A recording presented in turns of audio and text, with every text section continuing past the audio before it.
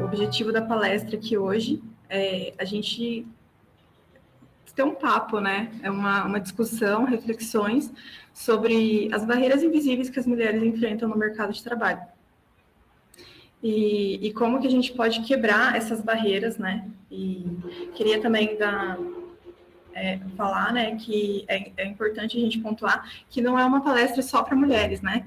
E a participação dos homens também é muito importante, porque a gente entender como todos nós, né, a gente pode aí encorajar mulheres, sejam elas nossas pares, nossas líderes ou as nossas lideradas, e às vezes até pessoas da nossa família mesmo, né, como para os homens e para as mulheres, esposas, filhas.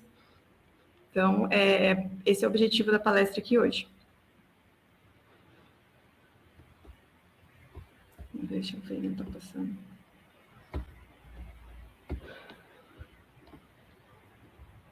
Bom, e aí eu queria dizer que eu estou muito honrada de poder apresentar essa palestra aqui hoje, que é o dia 26 de agosto, né? E queria saber se vocês sabem que dia que é hoje, o que essa data representa aqui dentro do tema que a gente está abordando. Vocês sabem?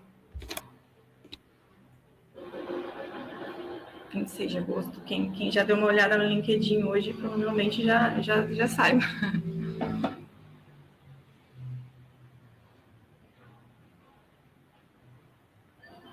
Vocês sabem essa data? O que se souber, manda no chat aí. A Gabi mandou aí, né?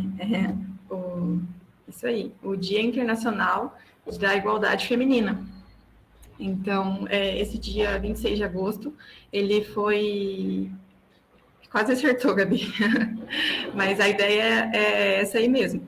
O Dia Internacional da Igualdade Feminina, ele foi criado em 1976, né? E esse dia, ele busca lembrar toda essa luta histórica que nós mulheres temos pela igualdade de direitos civis e também igualdade no trabalho e representatividade política, né? Então, estou muito feliz de poder apresentar essa palestra hoje, porque faz muito sentido, né?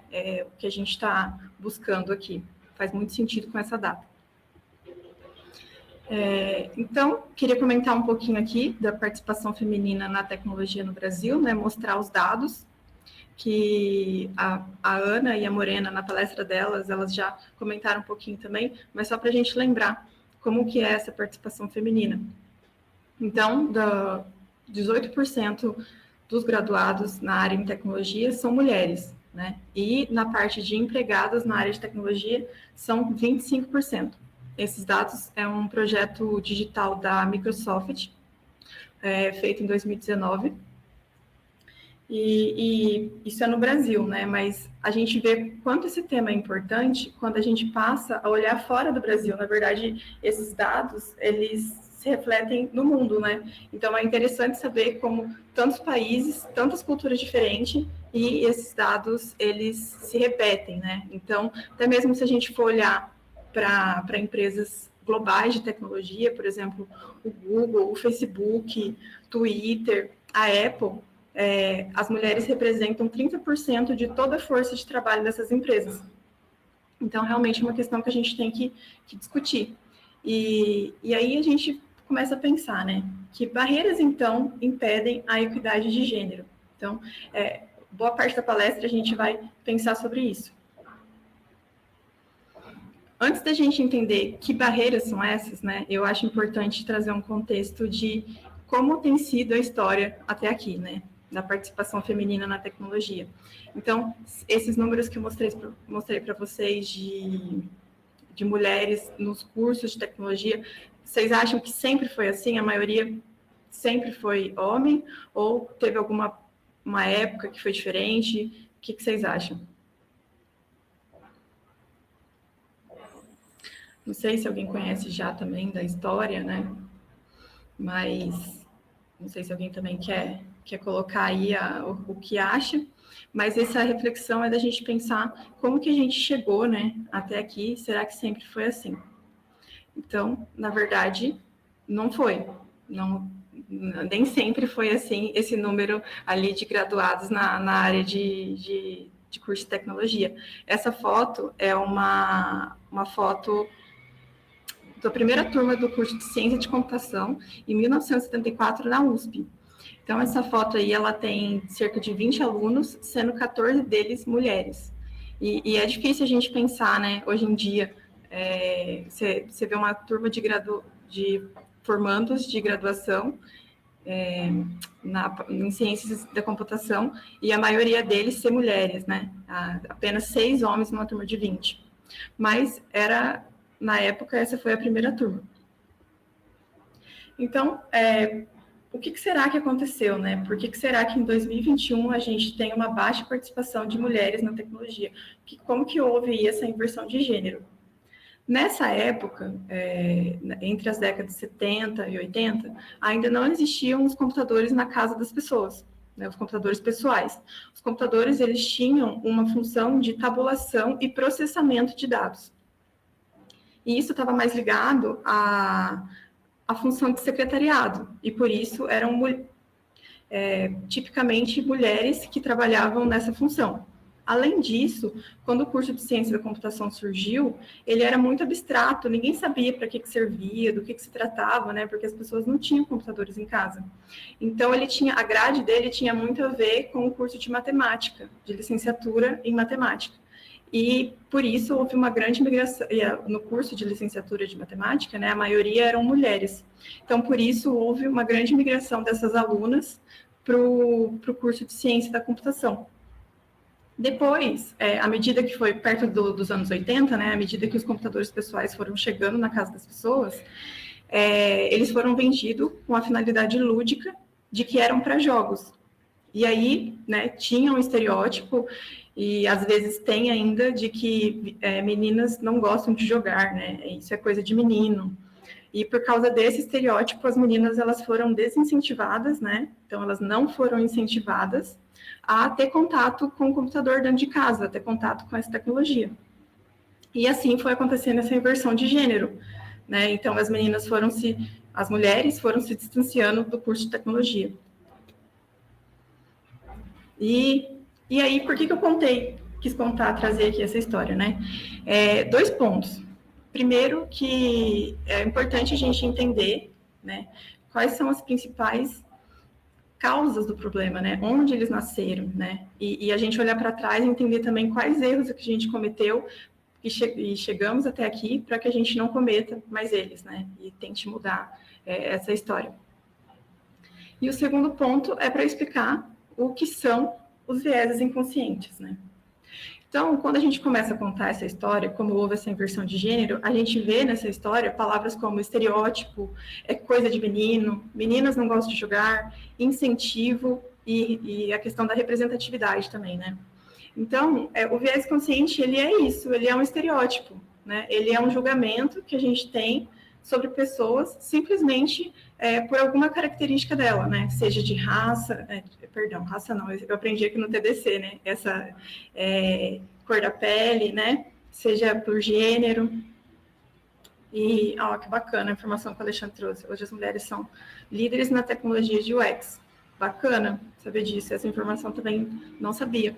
Mas esse é o que eu queria trazer sobre os viés inconscientes, né? Então, os viés inconscientes, eles formam a nossa opinião, o nosso julgamento, né? E assim, quando a gente tem que tomar uma decisão e a gente não pensa muito, eles são baseados nessas nossas crenças, né? Então, quis trazer essa história para explicar esse ponto que é bastante importante para a gente entender como que isso impacta. E, assim, um outro fato sobre o viés inconsciente que é relevante a gente trazer aqui é essa frase que eu coloquei aqui. Viéses inconscientes. Você tem, eu também, e isso precisa mudar. Então, o primeiro passo para a gente mudar essa história é começar aceitando isso, né?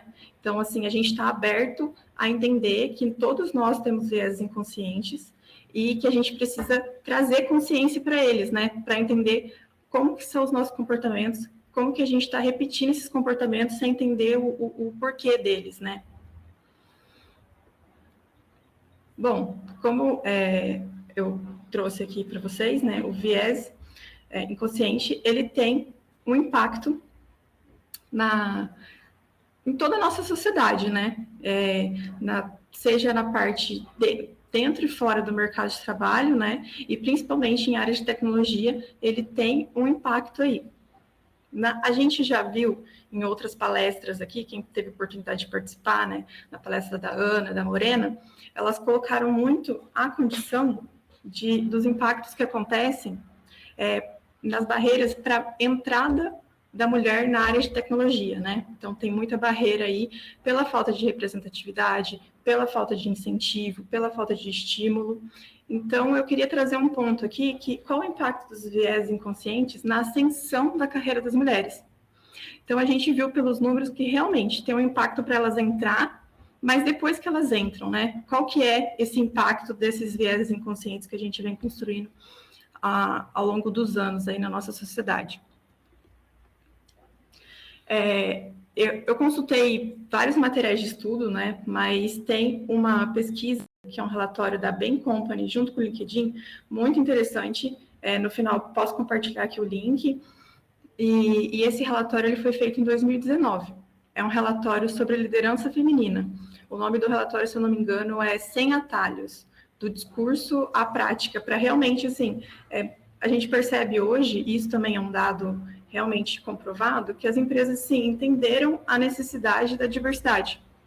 Mas, muitas vezes, isso é muito difícil de sair do papel, né? De colocar ações em práticas. Então, esse relatório, ele é visado principalmente para colocar práticas, né? Para a gente mudar esses números. Bom, mas retornando lá, como eu falei, depois que as mulheres entram no mercado de trabalho, elas têm outras barreiras para serem enfrentadas, né? E só para dar um pouco mais de contexto, o viés inconscientes, eu quis trazer ele também, porque segundo um estudo de Harvard, eles são os principais responsáveis pelas barreiras que as mulheres enfrentam. Então, por isso, aqui eu trouxe a barreiras do preconceito. Então, nessa pesquisa, eles apontam, né, que em comparação com pares homens, as mulheres, elas são 1,7 vezes mais propensas a não ser considerada para uma oportunidade, porque é percebida como não flexível ou com baixo comprometimento. Esse número, ele está muito atrelado à percepção da mulher do papel dela de ser mãe. Então, a maternidade, ela indica, ela traz, né, essa crença de que a mulher é menos flexível ou pouco comprometida. Assim, a gente vê uma mudança, né, mas quem nunca viu relatos de mulheres que foram fazer entrevistas de trabalho e passaram pela situação super desagradável de perguntar se ela tem filho, com quem que ela deixaria o filho, se pretende engravidar. Então, são perguntas que relatam aí, que indicam um preconceito implícito e com certeza homens não escutam, né, essas perguntas com a mesma frequência. As mulheres também, só para trazer uma observação, esses dados são feitos não em empresas só de tecnologia, mas no mercado de trabalho em todas as áreas, né? As mulheres são 1,5 vezes mais propensas a não ser considerada para uma posição ou oportunidade por conta de diferenças no estilo de liderança ou relacionamento interpessoal. Então, é muito isso, né? Na pesquisa mostra também que esse tipo de feedback ele é muito mais dado a mulheres do que aos homens, para mudar o estilo de liderança delas.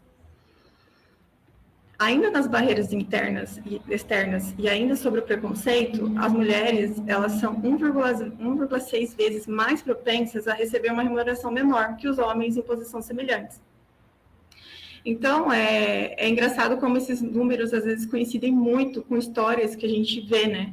Por exemplo, participo de muitas mentorias em grupo e as mulheres relatam realmente dificuldade em negociar salário, em colocar uma pretensão salarial alta, em almejar um cargo acima na mesma empresa. E esse número, ele reflete isso, né? Então, elas acabam aceitando ganhar menos que os homens. 1,7 vezes mais propensas a ser taxada de emotiva ou demasiadamente assertiva ou agressiva, né? E aqui, nesse ponto, quis trazer até ilustrar frases que, infelizmente, se a gente não presenciou, não ouviu, a gente conhece pessoas que ouviram, né? E isso está muito implícito no nosso dia a dia, como se fosse uma coisa normal, né? Como se fosse uma coisa que está ok, né? Então, as frases são, nossa, você está parecendo mulher. Ah, prefiro trabalhar com homens, né?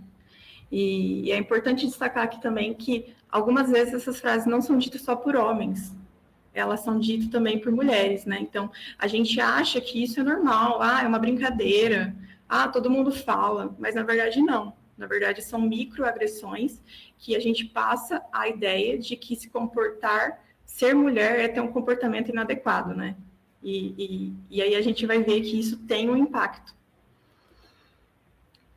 E, bom, falei das barreiras externas. E também temos a barreira interna. Essa barreira interna está ligada muito com a confiança das mulheres. Como a gente escutou mensagens negativas, como essas que eu acabei de falar, a vida inteira, a gente vai interiorizando isso. E isso vai afetando muito a nossa confiança, né? Então, assim, nessa pesquisa também mostra que, em comparação com pares homens, como as mulheres se sentem, né? No nível júnior, no nível de júnior, elas são 17% mais propensas a acreditar que precisam ter habilidades necessárias para manter a confiança. Então, elas têm uma necessidade maior de ter todas as habilidades 17% a mais que os homens. No nível já de liderança sênior, olha como esse número sobe. Ele é 43%, as mulheres são 43% mais propensas a necessitar de uma rede de apoio pessoal e profissional para manter o nível delas de confiança elevado. Então, aí a gente vê, né, a importância desse movimento que vem surgindo, principalmente na área da tecnologia, das comunidades, né, para mulheres, a importância que essas comunidades têm para essas mulheres que vão crescendo na carreira e realmente precisam desse apoio para manter o nível de confiança. E aqui o tempo aqui não permite a gente trazer todos os dados da pesquisa, né? Mas eu falei, vou compartilhar depois. É interessante também que nessa pesquisa elas mostram que com os homens acontece o contrário. Eles são menos confiantes no início da carreira e conforme eles vão subindo na carreira, eles vão se tornando mais confiantes, o que é o contrário aqui das mulheres. É interessante a gente observar esses dados para entender o contexto desses ambientes, como eles são. Bom, deixa eu dar uma olhada no tempo aqui. Bom, trouxe aqui o que é as barreiras internas, barreiras externas, né? E agora um tópico muito importante é como quebrar essas barreiras invisíveis aí. Não tive a oportunidade de explicar, né? Mas a gente chama de barreiras invisíveis porque normalmente no dia a dia elas não são tão claras assim, né? Como a gente colocou ali, é uma piadinha, é um olhar diferente, é um julgamento. Então, por isso elas são barreiras invisíveis. E a gente quer trazer elas aqui para entender que, na verdade, elas não são tão invisíveis assim, né? Se a gente toma uma consciência, a gente passa a enxergar elas mais claro. Bom, então como quebrar essas barreiras invisíveis? Pensando aí em transformar um ambiente, para as mulheres que já estão no mercado de trabalho, pensando aí em transformar um ambiente com um ambiente seguro, né, de segurança psicológica. Antes aqui da palestra, a gente estava conversando, falando muito sobre essa questão, né, da saúde mental, acredito que foi ontem que teve uma palestra assim também, e a importância disso. Então, justamente ter uma primeira prática, né, ter um espaço para diálogos, que é exatamente o que a gente está fazendo aqui, né? A gente está conversando sobre esse tema, expondo aqui situações e dados sobre isso, workshops, palestras, e assim, um dia muito bacana para isso acontecer é dias como hoje, como eu falei, que é o Dia Internacional da Igualdade Feminina, e no dia 8 de março, que é o Dia das Mulheres, né? E aí, se a gente for lembrar do Dia das Mulheres, eu não sei se vocês vão lembrar desse ano, né? Mas como normalmente são as comemorações, né? Dentro das empresas, como normalmente as mulheres são homenageadas? Vocês conseguem lembrar, assim, se foi com flores, se foi com bombom, se foi com alguma mensagem? O que teve, assim, na empresa de vocês?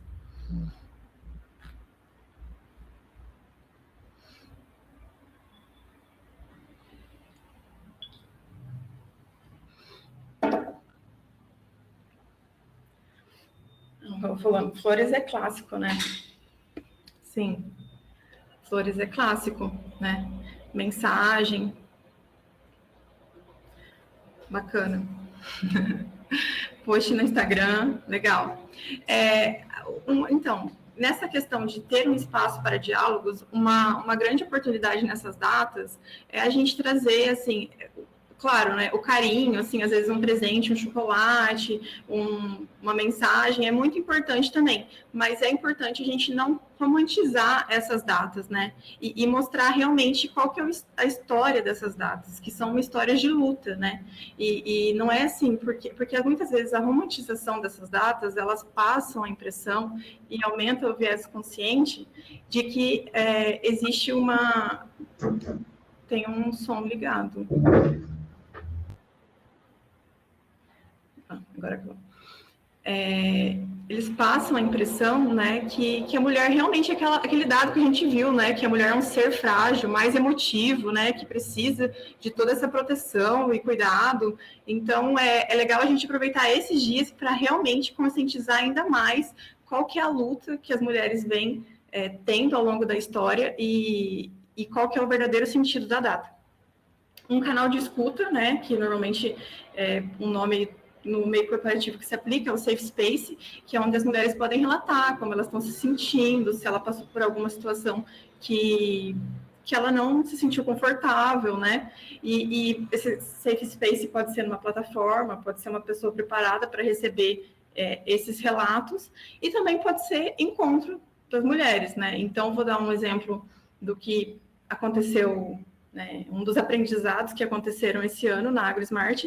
A gente tem um comitê de diversidade e uma pessoa desse comitê, ela sugeriu a ideia que no Dia das Mulheres a gente fizesse um happy hour só das mulheres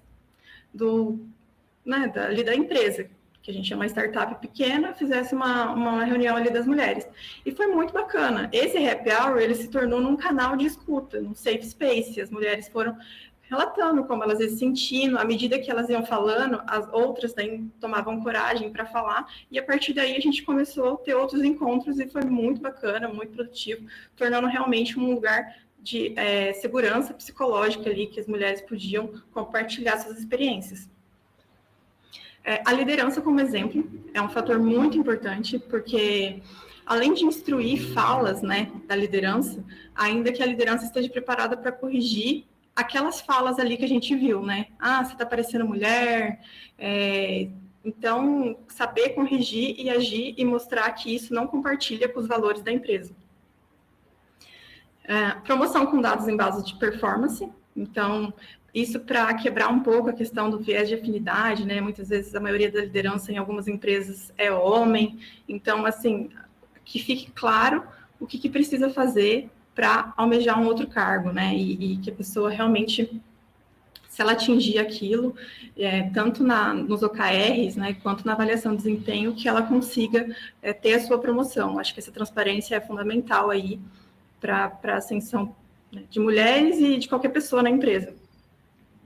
E contratação sem vieses, né? Esse tópico eu achei também importante trazer, porque é um ponto que normalmente causa algumas discussões, né, principalmente em redes sociais, se esse realmente é o caminho para a igualdade, se isso realmente é justo, né? Algumas pessoas falam até em preconceito, por exemplo, vagas afirmativas para mulheres, né? Muitas vezes as pessoas falam até em preconceito contra os homens, mas, assim, a mensagem que eu queria trazer é que essas vagas afirmativas, para qualquer grupo minoritário, elas são realmente necessárias. E uma frase que eu ouvi uma vez me marcou muito, é que diversidade não é caridade. Então, essas vagas, elas são necessárias, porque a gente vai demorar, sem elas, a gente vai demorar muitos mais anos ainda para alcançar a igualdade que a gente deseja.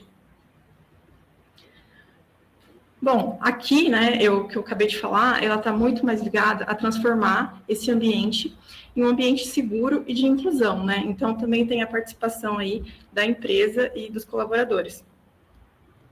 E para terminar, eu quis trazer também como superar barreiras internas, né? Então, como a gente viu, todo esse contexto, ele causa algumas inseguranças nas mulheres. E assim, como que a gente pode fazer para superar essas barreiras internas? Como eu já disse, né, as comunidades elas têm tido um papel fundamental aí para a carreira das mulheres e para o apoio psicológico.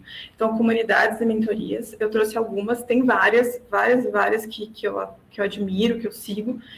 Eu trouxe algumas, mulheres de produto.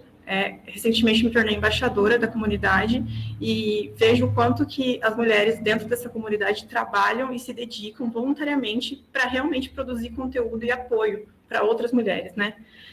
Brasílias in Tech e Cloud Girls, acompanho o trabalho deles também, é mais voltado para desenvolvedoras, um trabalho muito bacana. Instituto IVG é um trabalho de mentoria, não só para tecnologia, mas para outras áreas, carreiras de mulheres em qualquer área. Também além da mentoria, eles têm várias lives, é muito bacana. E mais um grupo também, né, para as mulheres compartilharem as experiências. Outro aprendizado que eu venho tendo, o meu background é em Customer Success, né? E recentemente eu fui para a área de produto. E conhecendo um pouco mais de produto, eu conversei com a minha liderança e falei com ele, né, que ser Product Manager faria sentido para mim. Eu queria fazer, então, essa transição de carreira para Product Manager. E rolou uma insegurança, né? Toda transição de carreira rola uma insegurança, e eu acredito que, pelo contexto que a gente viu aqui, para mulheres ainda tenha um pouco mais, essa insegurança seja um pouco mais forte. E uma coisa que tem que me ajudado muito é essa questão de registrar o trabalho, aprendizados e resultados, né? Então, muitas vezes, a gente tem assim, nossa, mas como que eu vou me candidatar para uma outra vaga? Eu não estou preparada para isso, né? Não estou preparada para dar esse passo. Mas quando você olha tudo que você já fez, isso vai te trazer uma segurança que vai te apoiar para esse próximo passo. E autoconhecimento é uma coisa muito importante, né? Então, a gente vem aí lidando com várias questões aqui que já foi mencionada. Então, eu trouxe aqui esse podcast que eu gosto muito, que chama Autoconsciente, depois posso compartilhar aqui no chat também. E tem esses dois aplicativos para quem puder, né? Eles são de terapia, se a empresa que vocês trabalham tiver de Gympass, esses aplicativos, eles têm algum plano de Gympass e é bastante importante, né, nesse contexto que a gente está apresentando aqui. Bom, e para encerrar, eu queria terminar a minha palestra, né, com essa frase que eu gosto muito, que é: o que você faria se você não tivesse medo? Essa frase, eu vi ela no livro da Sheryl Sandberg. Eu não sei se alguém já leu esse livro, viu esse livro. É um livro muito bom. A Sheryl Sandberg, ela está no conselho do Facebook. Ela é chefe operacional do Facebook há mais de 10 anos. E ela conta a trajetória dela, né? E todas as barreiras que ela teve que enfrentar e a barreira que ela viu outras mulheres enfrentando. E engraçado que ela conta também, engraçado não, né? Mas é interessante que o que ela conta também está muito baseado nesses dados que a gente trouxe e principalmente dessa falta de confiança, né? De autoconfiança em mulheres. Então, o recado que eu queria deixar era esse, né?